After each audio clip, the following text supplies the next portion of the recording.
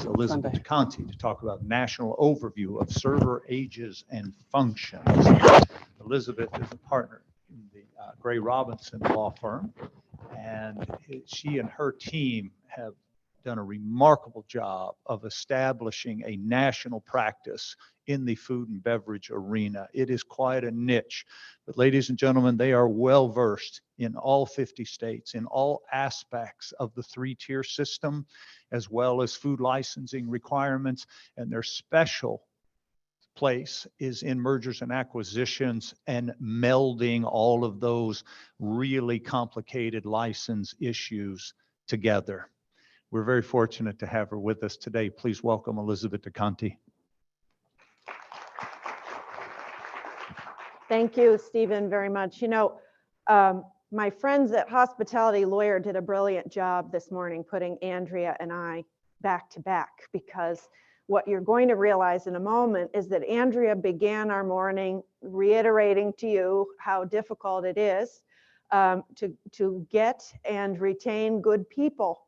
I'm going to talk to you this morning about what you need to do with those people in the alcohol space once you get them, because we're going to find out that you can't put any employee in any position when you are running a business that involves serving alcohol and has a liquor license. So let's talk about that.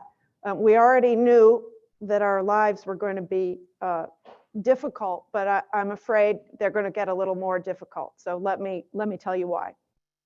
So obviously, as everyone here knows, and as my friend Andrea so adeptly explained, we've got lingering labor shortages from COVID. We have challenges of getting and retaining good employees. Most of the labor force in liquor license businesses are young people. Yes, there are some older people, but we're mostly talking about people in their late teens and early 20s who are servers, bartenders, bus staff, etc.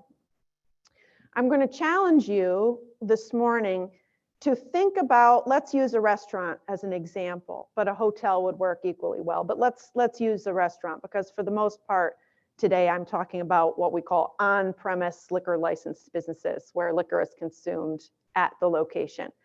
Think about every possible function that touches alcohol in that business. So the alcohol arrives from a distributor. Someone meets the distributor at the loading dock or the back door, takes that alcohol and physically brings it in. That's one little job.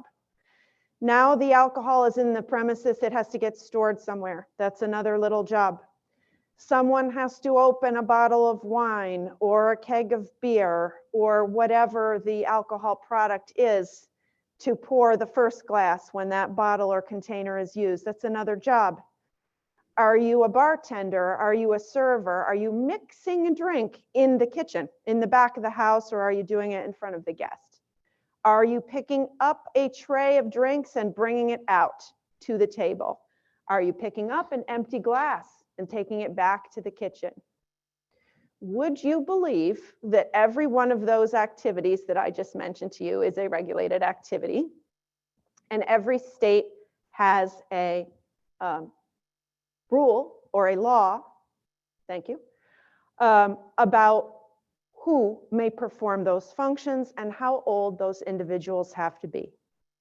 So if you are an HR person or a food and beverage manager or director, or even the local manager of an individual location, you have an extra job to do to organize the shift to make sure that the right people are there who can legally perform all these functions.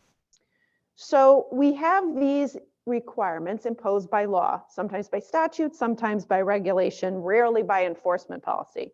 Why is that important? Well, it's important because if they're enforced by a statute, an alcohol beverage agency doesn't have the ability to waive them unless there is some legislation to that effect. So I've been here before and talked about some relaxations that we've had due to COVID. There haven't been too many in this area. So unfortunately, we have to live with these. So these kinds of rules vary by state. In some states, they vary by local jurisdiction. which means that if you are running the food and beverage department of a large licensed retailer with multiple locations in multiple jurisdictions, you have a patchwork quilt of rules to deal with.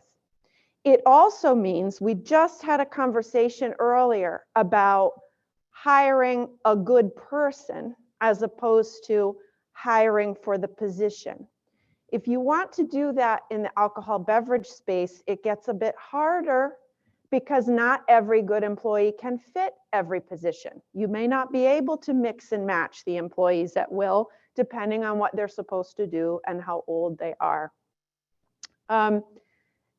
Thirdly, we talk a lot about responsible vendor training and certification, and I'll take a side step here and go back to something Stephen said when he opened our session this morning. You know, normally, very often, I'm here talking to you about liability issues, and I'm encouraging you to get that responsible vendor certification for that purpose, for liability avoidance. And in many states, you have no choice. You have to do it for everyone. But in some states, it's optional whether you do it or not, and it's optional for whom you do it. I would recommend to you, we're going to see a few slides down the line, that there are some locations where younger people can do more if they have the proper certification. And I would recommend to you that you take advantage of that because it will make your hiring easier. It will give you more flexibility in whom you put in what position. And of course, you know, there's many benefits to having everyone responsible server trained that will only help your liability avoidance. So needless to say, our situation is exacerbated by some of these requirements. So what are we going to do? I see. There we go. So here are some of the things that I mentioned to you that are generally regulated functions, although depending on what kind of business you have, it's happened more than once that someone has said, well, we have someone doing X, what box does that fit into? I've summarized some of the general ones here that you see across multiple states statutes, but there are situations where not everything is covered and you have to be careful. So obviously, if you're opening and pouring, that's a regulated function. There are some states that will allow a minor to carry a drink to a table that someone else has mixed or poured. In some jurisdictions, that's fine. Certainly, bartending and mixing is a regulated activity. Many restaurant chains today use pre-made mixes or batches of a limited number of cocktails, and that in and of itself is a regulated activity. Some people don't believe that it is because it's not, in quotes, bartending the way we usually think about it, but it still is a regulated activity. So if you're doing that, you need to be aware of mixing and that activity, and be aware that if your state doesn't address mixing, that word, in the statutory language, bartending may come into play even if you don't have a physical bar. Obviously, bartending at a traditional bar is covered, serving a drink, and believe it or not, even cleaning a table. You know, some younger people are generally employed as, you know, what we used to call bus people, bus boys, bus girls. That activity of merely cleaning up a glass which held alcohol, which may now be empty, is a regulated activity in some places. So I'm going to walk you through a few major states so you get a real feel for the variety that there is. And unfortunately, so you get the headache that my clients get who have to figure this out across multiple states. So in Florida, where I live, it's actually fairly easy compared to some places. For the most part, we've got to be 18. If you want to be 17, Florida is the only place I'm aware where you can get a note from school to work to do this at 17. If you'd like to do this, you can get the principal to write you a note as long as they don't sell, dispense, prepare, or serve. Virginia is very similar. It's an easy rule to understand. 18-year-olds and up can do everything except mixing or being a bartender. You have to be 21 if you'd like to do that. Pennsylvania It's very similar, but I included this because here's an example of the busing, right? You can be 16 and you can get a job in a restaurant or a hotel as long as all you do is clear the table. New Jersey is interesting because you have to be 18 for everything. There's no requirement that you be 21. So it's at least easy to remember, right? That's fairly simple. North Carolina, here's why I included this. So we frequently think about having a manager on duty at all times in the premises. And I'm going to wander into a complicated labor issue here. And if I misstep, Andrea will help me when I'm done. So we think about having a manager. And in fact, under alcohol regulations, some states require you to have a manager or at least a supervising person who is 21 in charge of the premises at all times while it is open. So in my mind, that raises a few issues for hiring. One, of course, it raises the issue I've been talking about how you plan who's at work every day. You're going to have somebody there every day who's at least 21 on every shift. But what are they? Are we going to call them a manager now? And if we call them a manager, do we have to pay them more than everybody else? Or are they just merely a supervising person? And is that different from being a manager? I would suggest to you that for the purpose of the alcohol laws only, most jurisdictions which require this will allow you to weave a quote unquote supervising person in and out. And the only requirement of that person is that they're 21. So in other words, for this purpose in North Carolina, for example, you would have the ability just to make sure that a 21-year-old was on deck at all times, and that person wouldn't have to be the quote unquote manager. So it's a subtle distinction, but it's one that's important to understand if you're juggling a limited roster of people, right, that you have to have on the premises.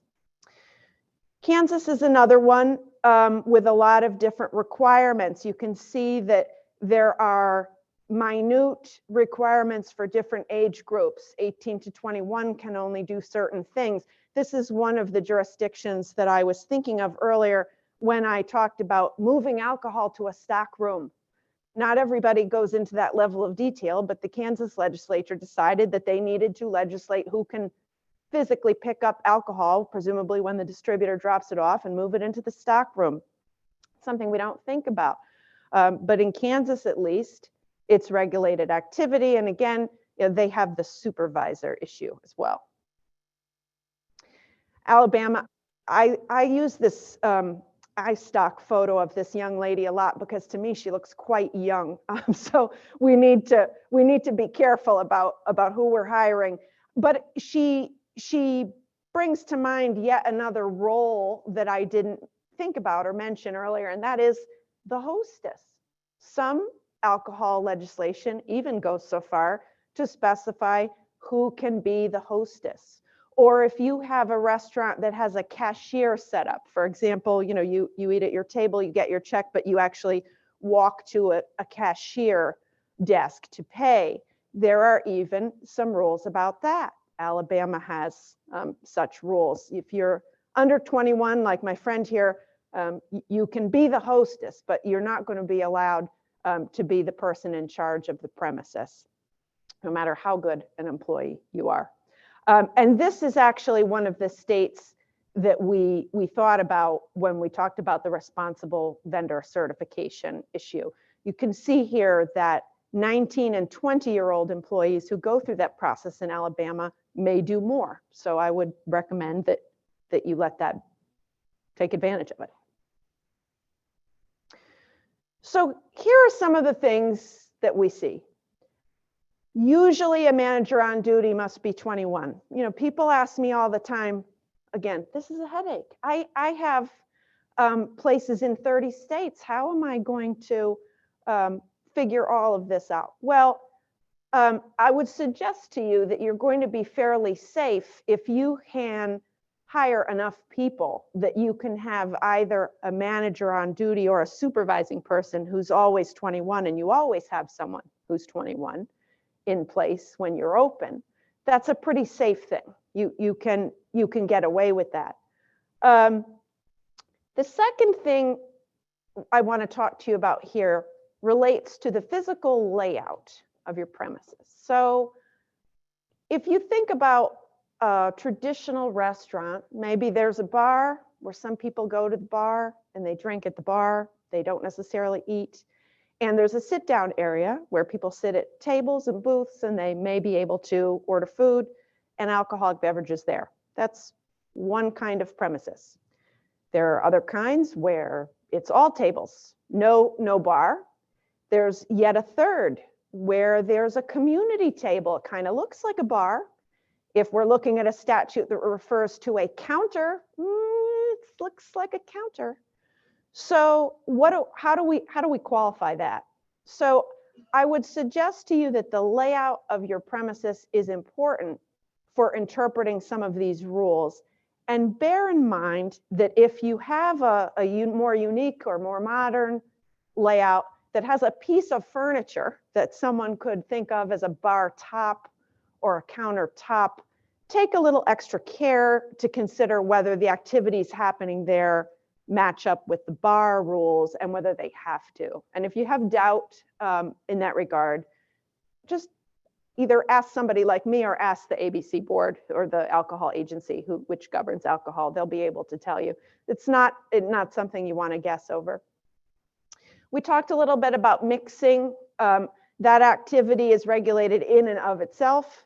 Not all jurisdictions allow pre-made mixes, and if they do, they tend to have fairly generous restrictions about them, how long they can last, what kind of labeling has to be on the container, when they have to be disposed of, what kind of container they have to be stored in, et cetera. That is regulated activity, and the age of the people who do that is important. Again, if the statutory definitions for the service age of the individual involved in that don't line up precisely, it's worth additional review.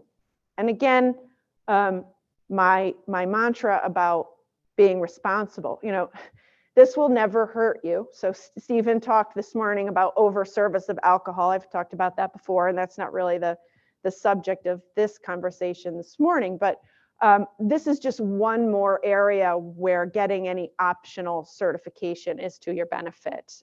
In addition to protecting you from liability where you can, you're going to have a situation where in some jurisdictions you can have more employees capable of doing more things. So thank you so much for your attention to this. I think we've got a significant number of challenges in front of us getting through this pandemic period and coming out of it. Maybe Stephen said about the mask, maybe we're out of it, maybe we're not out of it, but what appears to be with us is this problem, right? We're in a new labor market, which dictates our behavior. The problem is the laws, at least not yet, have not caught up to some of those challenges. And so for the moment, it's incumbent on us to make sure that all of the adjustments we're making on the employment side fit within those existing laws.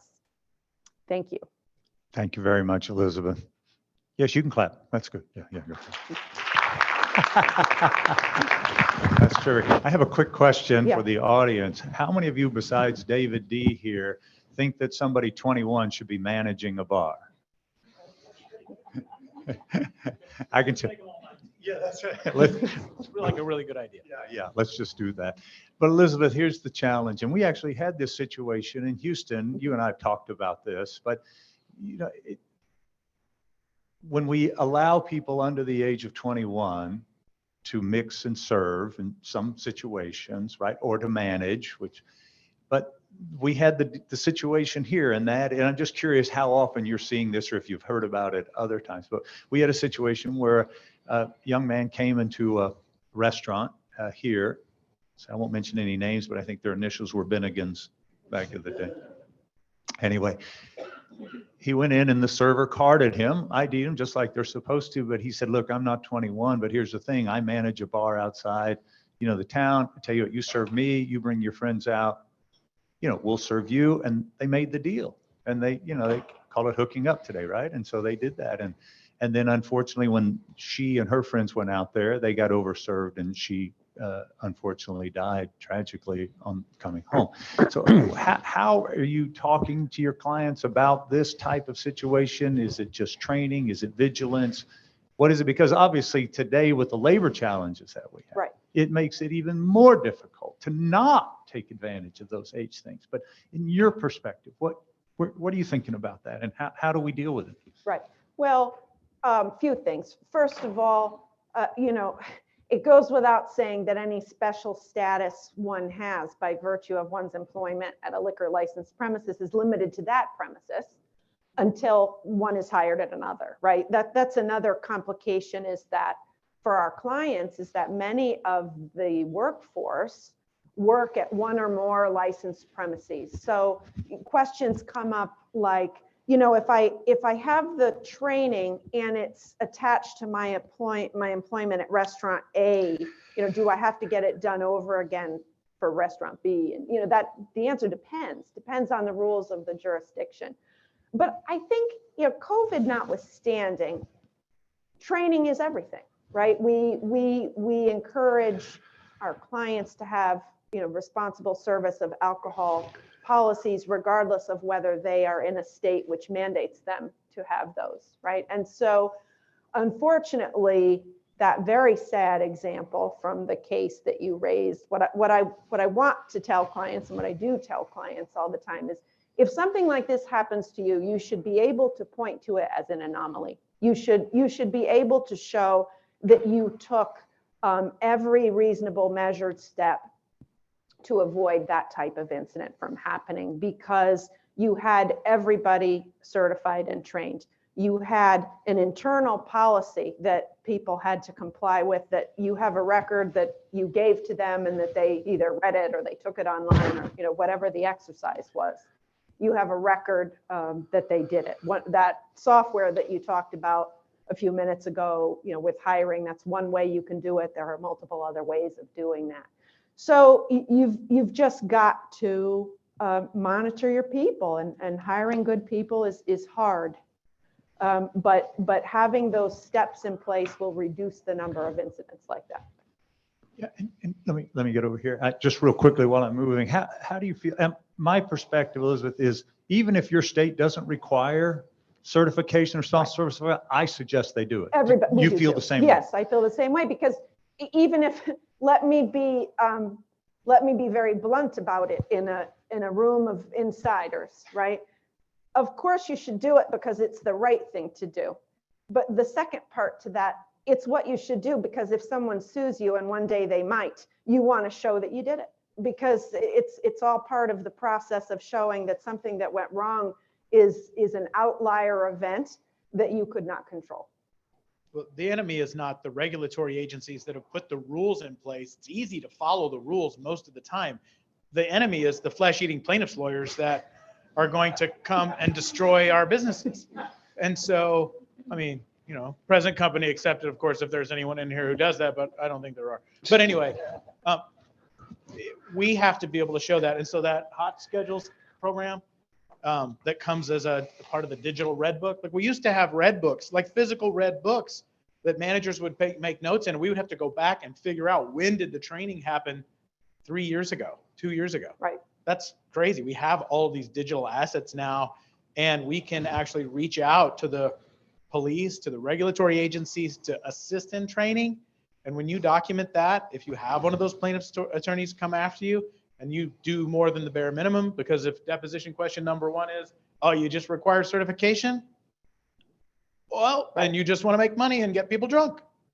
Yeah, no, I think, to your point, the key is to think like those lawyers. When you're planning your program or assessing the strength of your employment program or your compliance program, you have to think like the plaintiff's bar. How would this look to someone who is going to attack me? And then govern yourself accordingly from there. Fix any holes that there may be. Yes, sir. I just wanted to make sure I got that term. Elizabeth, what's the difference in most states between the bartender mixing and the package sales? And why I ask is because in the hotels during COVID, a lot of them shut down their lobby bars but we're allowing, most states that I encountered, the state liquor authority allowed them to sell packaged in a refrigerator by the front desk, but usually it was a 16 or 17-year-old front desk agent that was selling that alcohol. What's the difference in the laws, and has it changed since after COVID? Yeah, it's a great question. So as everybody here knows, we have two things happening in COVID, right? As a reactive measure to restaurants and hotels being closed for on-premises business, there have been temporary expansions of to-go and off-premises sales privileges, which may not have been a license privilege pre-COVID. There are also, however, some license categories for on-premises predominantly, which allow package sales as a subsidiary function or as an endorsement or as an ancillary function.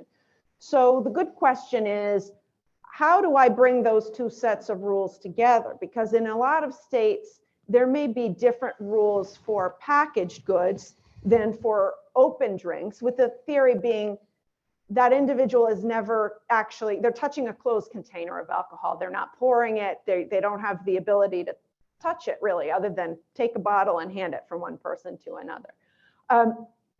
Unfortunately, the answer that I'm going to give you is that it's extremely state specific. So those states that have amended their laws post-COVID to allow for to-go privileges on a permanent basis, hopefully, should have married the language of the two sets of laws, serving age and license privileges, so that they're consistent.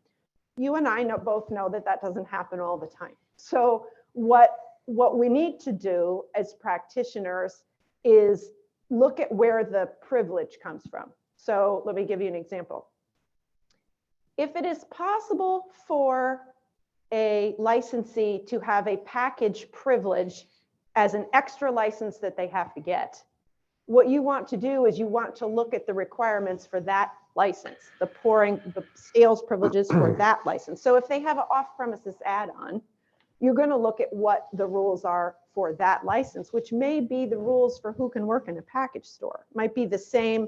So whereas if we now allow this privilege as a result of having an on-premises license, and it's part and parcel of that license, then I would suggest to you that it's likely that the rules for who touches that package sale are the same, for example, as the person who can move the alcohol from the distributor truck to the stockroom. It's closed, right? Sealed.